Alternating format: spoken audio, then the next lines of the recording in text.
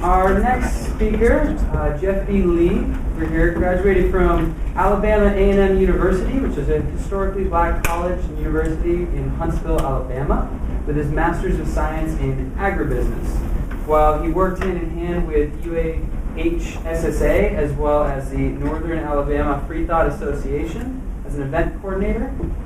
Joseph's now a federal agent in the United States Department of Agriculture. Federal agent, Jeph Lee,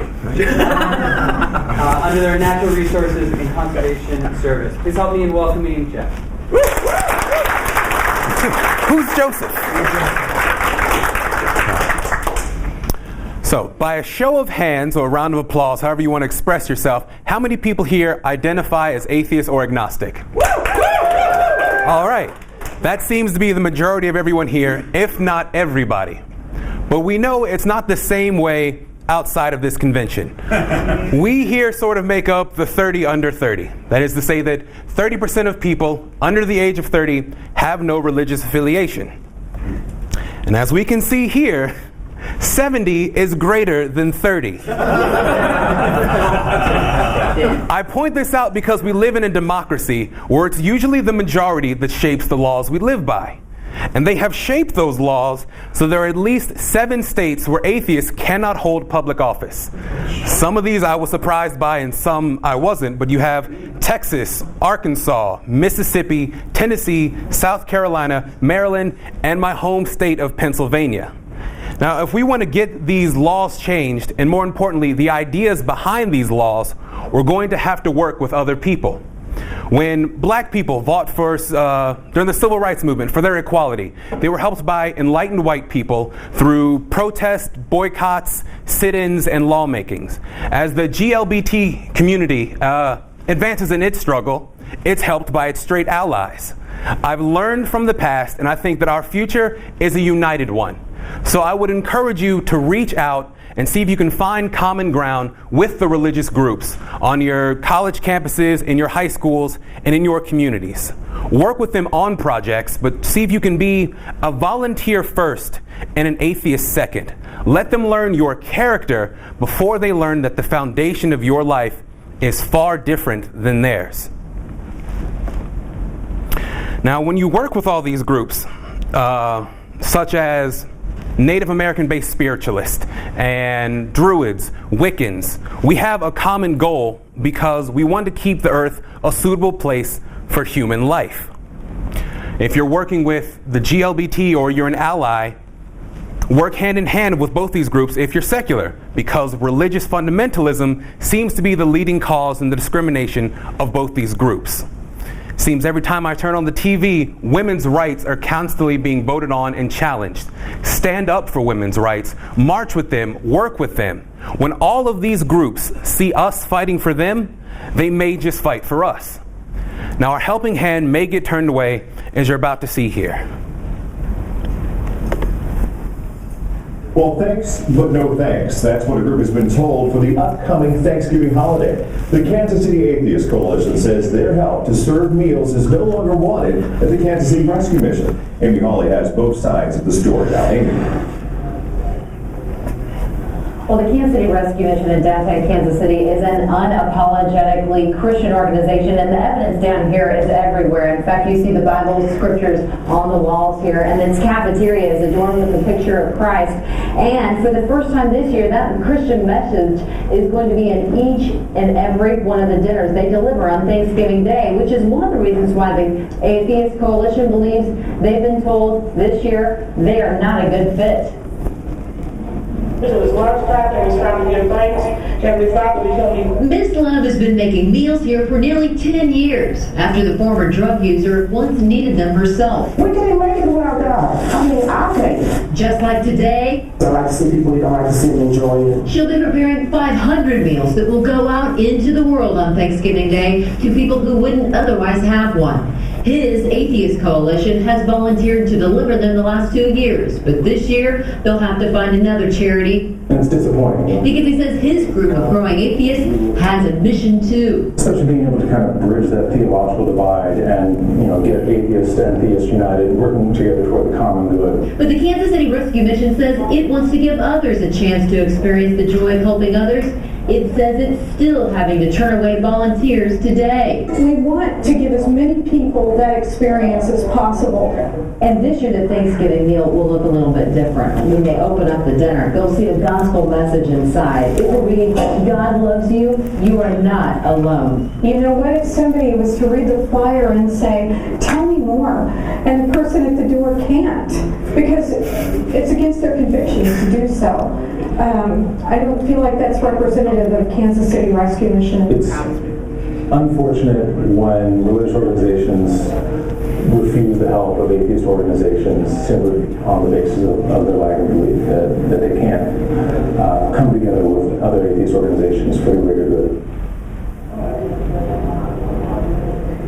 Now, the Atheist Coalition has delivered meals for the last 2 years, but not this year. The Kansas City Rescue Mission told me today that it has invited the Atheist Coalition to participate in other projects down here throughout the year, and the Atheist Coalition told me today that they may do that, but this Christmas, instead, they're going to adopt a family.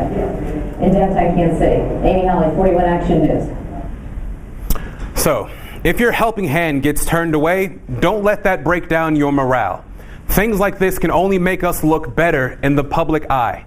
We as a group have to rise above the petty differences and focus on our common goals.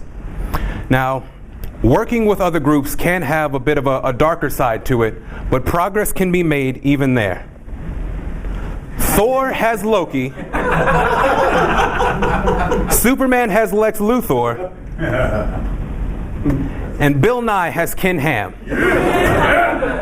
Working with your counterpart can bring a lot of attention to your events. Some of the most well-publicized and received events we had when I was a student were our debates with conservative religious groups. These debates can bring to light facts that many people may not have known before. While it's unlikely that you're going to change the ideas of the people you're debating against, you may be able to affect some of the people in the audience who are still on the fence. A good debate can show the evidence-based inadequacies of the religious world and show that religious fundamentalists don't have a logical leg to stand on. It's just a flesh wound. Now, I put the picture of Ken Ham up because he's a public figure.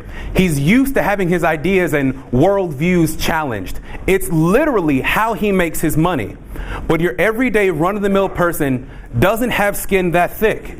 So when you're talking to people and working with them, be careful what you say. Mock them, ridicule them.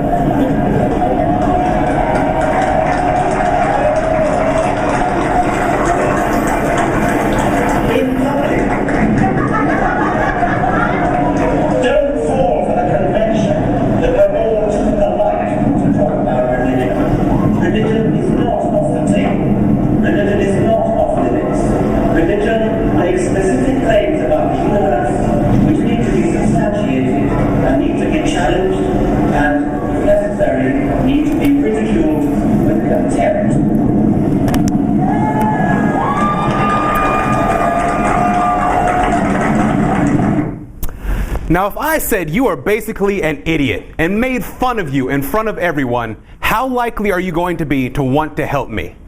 If we're supposed to be the enlightened ones, simple psychology will show us that mockery may not be the best way to win someone over to your side. So when you're out there and you're working with these other groups, try your best not to be this guy. A debate is very similar to using the restroom. There's a time and place for it, and it's not as you walk down the street in public. From the religious people I've talked to and some of the atheists, this comes off as just as frustrating when a missionary knocks on your door early in the morning. The fight doesn't have to be every minute of every day. I know that it can be difficult working with people who are different than you or share different worldviews, but it's the commonalities that bring us together. I learned this firsthand when I was a student intern for the United States Department of Agriculture in Alabama, the heart of the Bible Belt. Our first staff meeting was started with a prayer that Jesus would guide us in our work. I was so taken back by the blatant unconstitutional behavior, I didn't know what to do. I could have reported my supervisor and he would have got in trouble and he would have been told to stop. But that would have ostracized me from the entire office. Sometimes what's right and what's right for you are not always the same thing. What was best for me at that moment in time was to learn from these men and women about my job, to stay focused on our common goal of conserving natural resources. Now, when I have to work with other groups and things get difficult, I'm reminded of a quote that surprisingly enough comes from a theist, Malcolm X. Don't be in such a hurry to condemn a person because he doesn't do what you do or think as you think. There was a time when you did not know what you know today. So in conclusion, we are the minority and we want change. We can't get that change without the help of the majority. The majority is not going to want to help us if we're constantly rude to them and pushing them away. We all know the popular secular battle cry, good without God. Let's show that we're not a D-bag without him as well.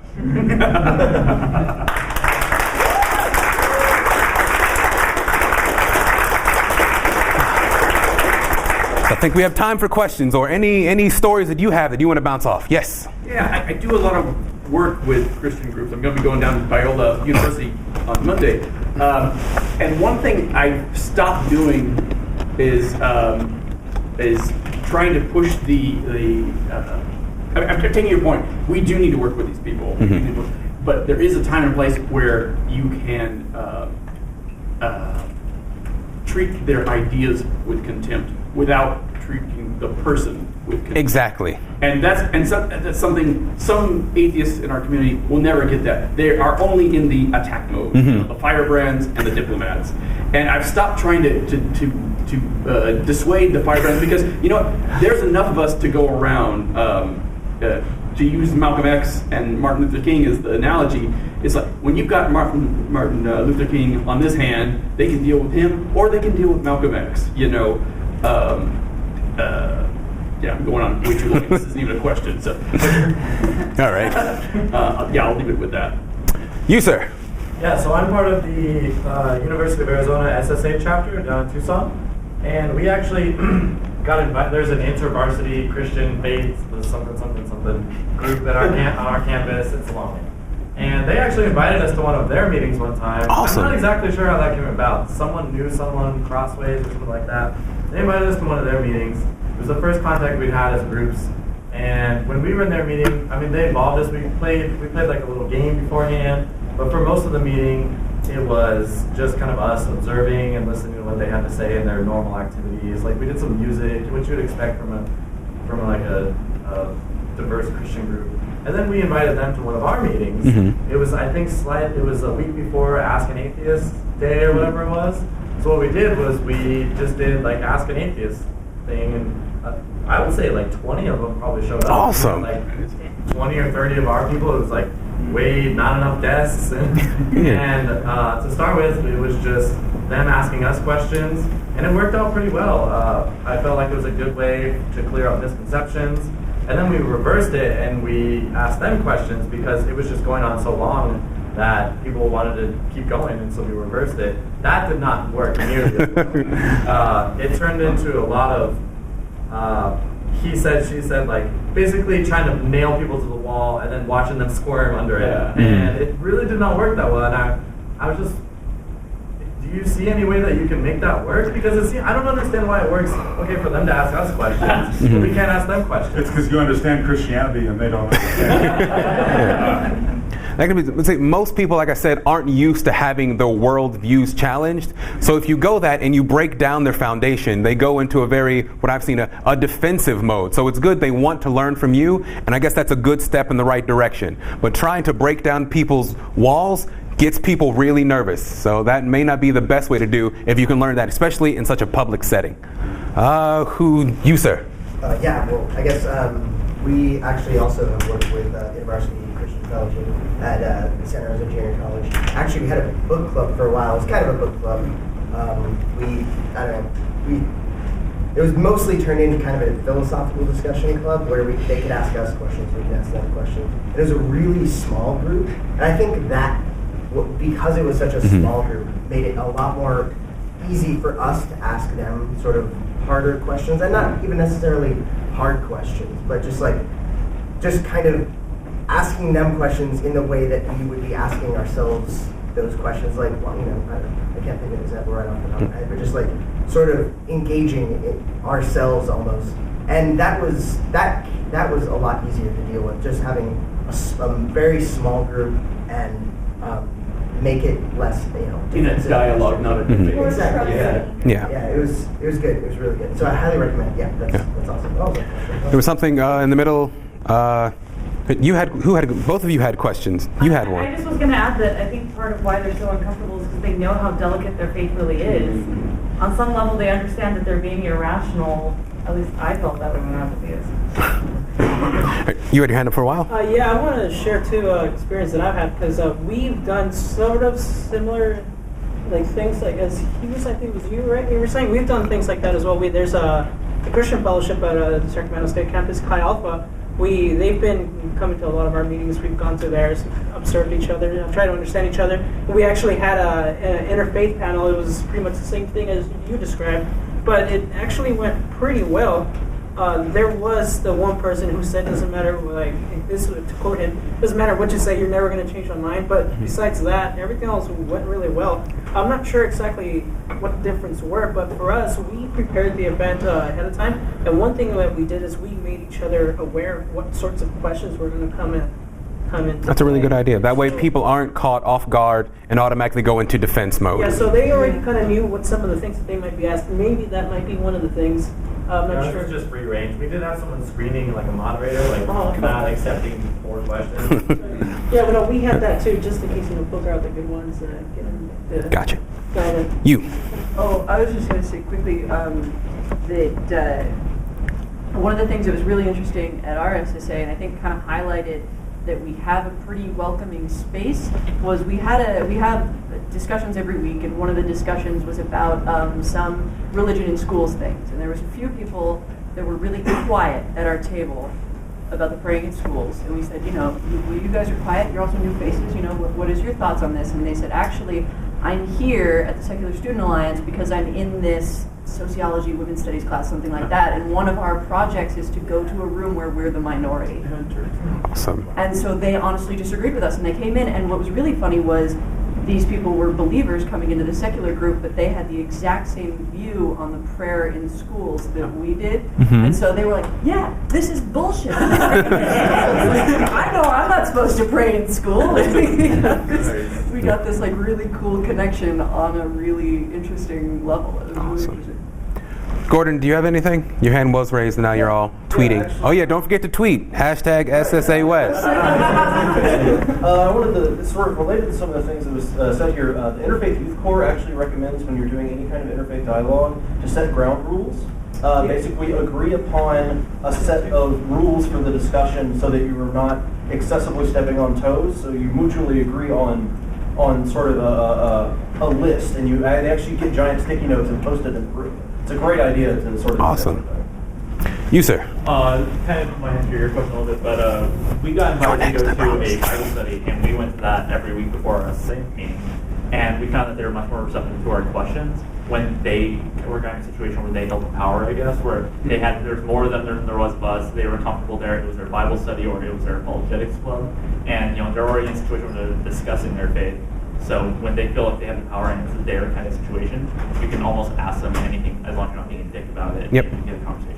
I think that's the biggest thing you can. Just don't be a dick about it. Seems to be the biggest thing that helps when you're working with any groups or any person or any time in your life. Just a general rule of thumb. Just don't be a dick. Don't answer questions with motherfuckers. There you go. Yes. A lot of the speeches have been about interviewing atheists. I know some of the other clubs, we're a new club, but some of the other clubs have done dialogues where theists came to their meeting. What is your feeling on that? When I've had lots of theists come to our meetings, one of the conservative groups, inviting them over. Ratio Christi had a lot of people come in, and that they have that idea. If they have the the evidence they have for their beliefs, so they want to share that with us. And when you have somebody who is evidence-based mind, you can go and have that back and forth with, like, these are the facts that I have. I'm like, well, that may not necessarily be historically true, and this is why I think this and that. So having people like that who want to engage you, not so much to proselytize you, but to do what they believe is actually helping you. It's like, oh, I've got some evidence that maybe you didn't know about, so maybe that might change your mind. So you have that two-way street of two groups who understand a debate or reason, trying to give each other evidence. And they value reason. Yes. That's crucial. Yeah. Yeah, so if you have those groups who are just like, I love Jesus and I love Muhammad and I love the forest trees and that's all I'm going to do, those aren't ones that are easy to work with when it comes to that. But if you have the I love the forest trees and you're like, hey, I like trees too because they need oxygen and I'm not going anywhere, so let's work to save those trees, find what you have in common with those groups. If it's your love for reason or if your love for trees, find what you have in common. You. Yes, I was hoping for some other ideas on what kind of things to do with those groups. Like I have written down volunteer projects and ask atheists type things. What else can you do? Let's see. So there was the volunteering ranges from such a wide spectrum. So see what's in your community to see what people want to volunteer for. See what the problems in your area are. Feeding the homeless may not be a problem where you are. So you may not have to worry about that so much. So it all depends on where you are and what the people around you think the biggest problem is, and try to tackle that. Focus on, I disagree about this and you disagree about this, but we both agree that, hey, kids shouldn't go hungry at night. That's something we have in common. Let's work on that. So there's the debates, whatever's your problem there. Just mutual stuff. If you can find things that aren't necessarily a religious debate, but if you both really love comic books, you'll have like a comic book night and everyone who has that thing in common. We have a League of Legends club that we had, and you'll have atheists and Christians and everyone else, because League is awesome. So if you find that common ground, work with what you can get. Whatever is given to you, work with it. Yes? And just to add on to that, every time you have a Christian group and an atheist group interacting that way, that's non-debate, we always win. We always win. Because if nothing else, it breaks down stereotypes they have of us. All right, a couple more. You. Yes, I just wanted to add to that because I'm part of the SSA club at our campus, and so most of the activities I do, they really have nothing to do with atheism. Like a bunch of the times I think one of the ones we did a while ago was some volunteer work where we basically cleaned up books or something, or maybe donated books. I don't remember, it was a while ago. And so that's something that, basically atheists and theists could just do together. Because yes. It actually doesn't really focus on religion. Mm-hmm. And another example is, just playing laser tag. Yes. We do a lot of social things together, like movies, laser tag. We had something with water guns a while ago. Mm-hmm. So that kind of things. There, basically any group on campus can. It's those things that will build up bonds of trust and give them a different idea. But like, oh, you're an atheist, but I thought you were such a bad person. You eat babies. But I'm like, oh, we both love, Katy Perry soundtracks. So like, we have that in common now. So as much as you can, spend time with them in a non-confrontational setting just to get that out. Like, hey, we have things in common. That seems to be the bigger and common goal is the uniting topic between us all. Because when it comes down to it, we are all humans and we all have that in common. So focus on that. All right, one last one. One last. All right, you in the back. One last one. Well, so in defense of your overall theme, the fact that people from very diverse backgrounds can come together. For instance, people from U of A can come here to ASU and all work together. So you're clearly right. So I guess I have sort of a question, and I ended up having a minor debate with another atheist friend of mine about this. You mock Dawkins a little bit in that, and it's certainly not my role to be a dick. But the fact that someone else is throwing an elbow gives me a little bit more room, mm-hmm. and I go back and forth on this myself. And you're clearly coming down on one side. Mm-hmm. I mean, you need the hardliners, I guess, because every now and then, somebody has got to be the bad guy. But most of us don't need to be the bad guy. They just show that, like, oh, those are just the few of them. But most of them are good. So I think we're pretty much out of time. And we can chat later. Everyone says that. We're at the end. We'll be here for a couple more days. Find me.